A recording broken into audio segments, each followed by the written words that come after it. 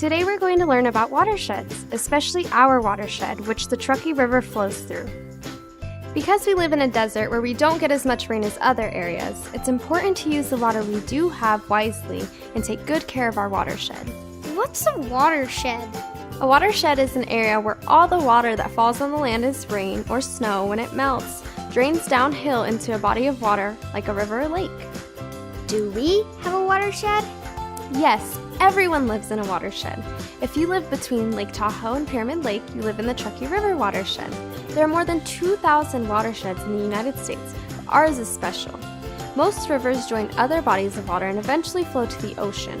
The Truckee River doesn't drain into the ocean. The Truckee River begins at Lake Tahoe and ends at Pyramid Lake. And our watershed includes all the land around the Truckee River.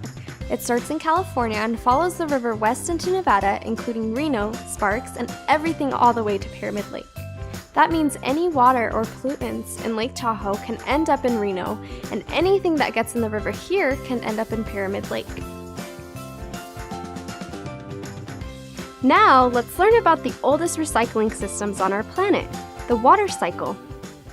So how does water get into our watershed? The water cycle is how our planet has been recycling water since the beginning.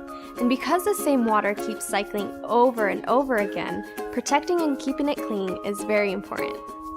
Wait a minute. You mean we keep using the same old water over and over? Ew. Yes, you could say our water is very old. We've always had the same water we have now. But let me tell you about the water cycle and you'll see how cool it is. Still sounds gross, but how does it work? Water evaporates, turns into gas or vapor, and becomes part of the air. When evaporation is happening outside, it's pretty much invisible, but you can see it by boiling a pot of water. When you see steam rising off the top, that is the water turning into vapor, and the air over the pot of boiling water feels wet.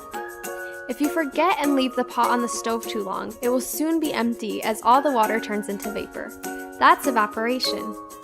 Once the water vapor is part of the air, it travels upward, cooling along the way until it turns into clouds.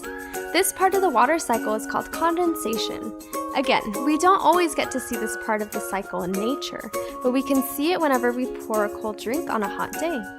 Those little beads of water on the outside of your cold glass are from condensation, water vapor in the air cooling and turning from a gas back into liquid. Let me guess, rain is the next part of the water cycle. You've got it! When the clouds can't hold any more water vapor, we get to the next phase in the water cycle, precipitation. That's rain, or when it's cold enough, snow. We all like to see snow in the mountains around the Truckee Meadows because eventually that snow will melt and the surface runoff and groundwater will fill our watershed with lots of water for drinking and playing. Also, did you know the mountains near us make a rain shadow so we get less rain? Rain shadow? How does rain make a shadow? I know you've noticed how you cast a shadow on a sunny day. The Sierra Nevada, the large mountain range that includes Yosemite and the mountains around Lake Tahoe, casts a shadow on the Truckee Meadows, but for rain instead of sun. The water evaporates from the ocean, rivers, lakes, and the earth, and the air with all its water vapor blows eastward from the ocean towards us. But the air cools quickly as it hits the mountains between us and the ocean and rises up the side of the mountains, causing precipitation to fall on the western side and leaving our side of the mountains in a rain shadow. This is a large part of the reason why we are in a desert. So that's why it's so dry here in the Truckee Meadows? We're in the rain shadow? So it's really important for us to take care of the water that we have. You're catching on fast. Now let's talk about how trash affects our water quality. When you were last at the Truckee River, did you notice trash there? What kind of trash did you see? My family usually picks up plastic water bottles. I always see candy and straw wrappers. Lots of times there are plastic bags caught in the bushes by the river. How do you think that trash got there? People litter. That's true. Sometimes people litter. But have you ever noticed how windy it is here? A lot of trash ends up in the river because it blows out of trash cans or cars or even your hands.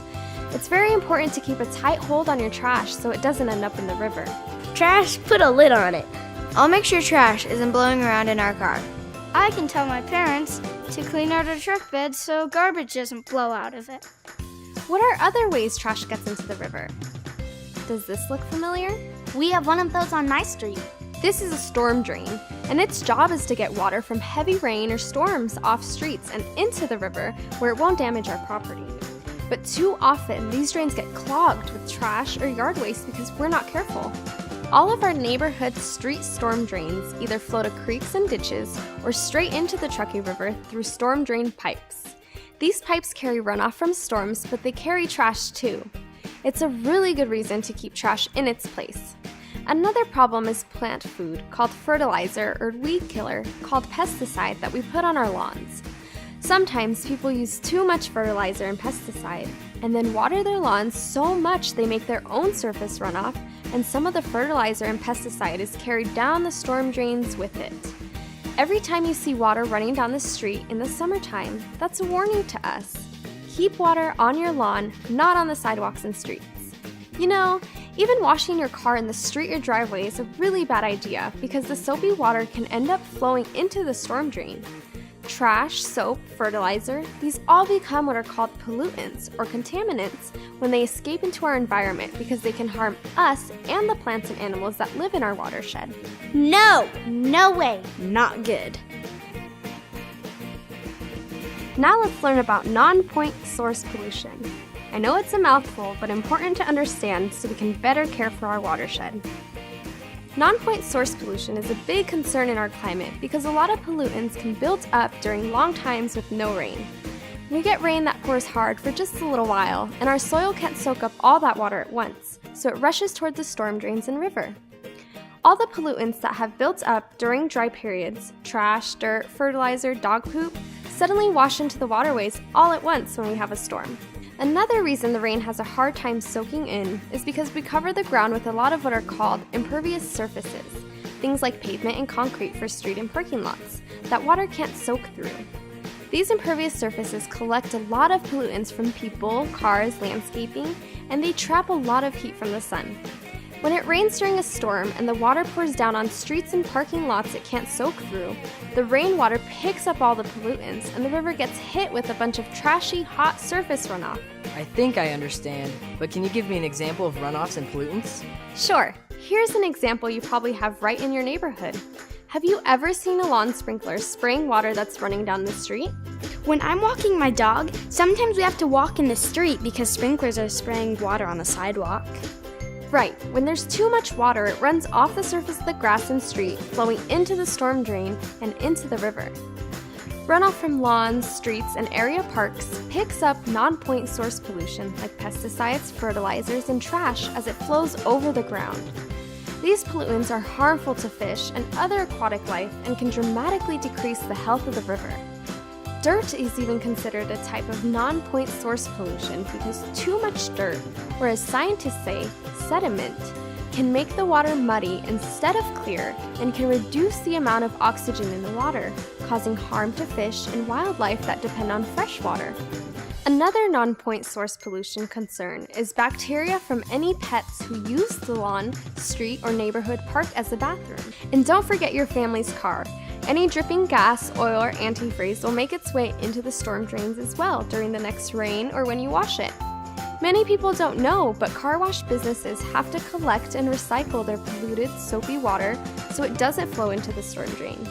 This helps keep soap and other pollutants from your car out of the river. No more washing the car in the driveway. I need to tell my mom and dad all about this. Here's another helpful way to think about surface runoff and non-point source pollution. Do you know what a tributary is? A tribute what? A tributary is a small stream or creek that flows into a bigger river, like the Truckee River in our watershed. Our streets are like tributaries flowing to the Truckee River. Remember those impervious surfaces? Trash, dirt, fertilizer, pesticides, even our pets' poop, collects on our streets, sidewalks, parking lots, and lawns, and ends up in the river if we don't stop it. If we think of our streets as tributaries, flowing to the river, it's easy to see we need to keep our streets clean. Do I really have to worry about all these pollutants? Are they really so bad? We hear a lot about nutrients and vitamins in our food and how they help us grow and develop healthy bodies. Fertilizers are nutrients for plants, like taking a plant vitamin. But we don't always hear about how too much of these same nutrients can be just as unhealthy as too little. It's the same for plants, animals, and our environment. We sometimes go a little overboard trying to keep our lawns growing and green and forget that lawn grasses are not native. They aren't meant to live in our desert climate. Lawn grasses need a lot of water nutrients that just aren't available here. We often use more nutrients or fertilizers than we really need because we hope they will make our grass grow better. But the combination of overwatering and over-fertilizing means we have a lot of nutrients escaping into the environment and becoming pollutants. Instead of encouraging something like a lawn to grow, when there are too many nutrients in our water, algae grows. Too much algae hurts the river, making the water cloudy and reducing oxygen so fish can't breathe. And it can be pretty gross when you're trying to fish or swim. In this next section, we're going to discover how to be watershed warriors and help to keep the Truckee River watershed beautiful, clean, and safe for humans and wildlife. Using too much fertilizer or not picking up some trash might seem like a small thing, but if everyone is doing these small things, they add up to big problems for our river. Because our water starts at Lake Tahoe, what happens there affects our entire watershed. And what we do in Reno and Sparks affects people at Pyramid Lake. We are all connected by the watershed. Do you live near the river? Do you ever play there? My family goes for picnics by the river. We go to a park by the Truckee River. We swim in the river. And go fishing. The Truckee River provides so many opportunities for us to have fun. But did you know the river also provides our drinking water? No way! Our water's from the Truckee River? Yes, water from the Truckee goes through a lot of cleaning to remove any trash and other harmful stuff called pollutants, so the water is safe and clean when it comes out of the taps in your house. This is called water treatment. Making sure our water is clean and safe costs a lot of money, and the dirtier our water is, the more pollutants it contains, the more expensive it is to clean. I know lots of people along the river. I want to make sure the river is healthy for everyone. Me too. What can I do? Keep a lid on trash. It's windy here, so don't let your trash or recycling blow all over the street. Don't let the trash blow around in the car, or on a walk either. Make sure your sprinklers aren't watering the street. That's a great one. Follow Truckee Meadows Water Authority's guidelines for watering your lawn and garden. And the University of Nevada Cooperative Extension can tell you how to fertilize your lawn depending on where you live. When you're out, in the car, on a picnic, wherever, every time, always have a bag on you to take trash home and to pick up after your dog. Make sure only rain is going in your storm drain. Your street is a tributary to the river. Talk to your parents and friends about how important the river is to you. Discuss what fertilizers, pesticides, and cleaners you use at home with your parents. Make sure you know how to dispose of these items called household hazardous waste because they contain chemicals that can easily become pollutants in our environment. Find out more at ktmb.org/recycle. You can also volunteer for a cleanup or storm drain stenciling project and learn more about becoming a waste warrior and a weed warrior at ktmb.org. And learn more through Sierra Nevada Journey's Hands in the River program. You might think that you don't have a voice in your community, and that one person, one kid can't make a difference. But every time you catch a piece of trash starting to blow away, every time you bring your own bag to the store, every time you tell someone, only rain in the storm drain, every time you turn off your sprinkler before you have surface runoff, you are a watershed warrior. And you are making a big difference. I am a watershed warrior. I am a watershed warrior. I am a watershed warrior. You are a watershed warrior. Together we can keep Truckee Meadows beautiful.